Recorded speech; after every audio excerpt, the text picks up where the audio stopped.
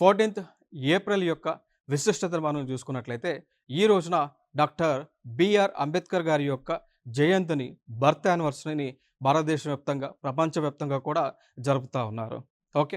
So వీరు 14th April 1891లో జన్మించారు. 6th December 1956న మరణించడం జరిగింది. సో వీరు అనేక భారతదేశంలో ప్రజల కోసం అనేక విధాలుగా అనేక కార్యక్రమాలను తీసుకురావడం జరిగింది. దానిలో ఒక అంశంగా మనం చూసుకుంటే రాజ్యాంగం.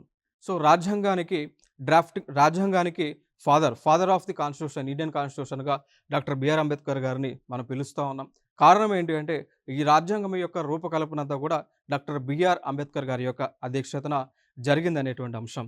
దాంతో పాటు వీరు అనేక డిగ్రీలను కూడా చేయడం జరిగింది.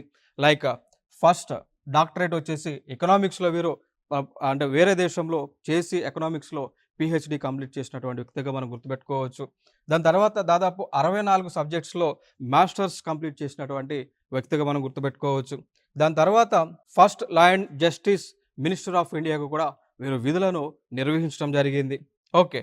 సో దాని తర్వాత భారతీయ బౌద్ధ్ మహాసభ అంటే బుద్ధిస్ట్ సొసైటీ ఆఫ్ ఇండియా అనేటువంటి సంస్థని కూడా వీరు ఏర్పాటు చేయడం జరిగింది.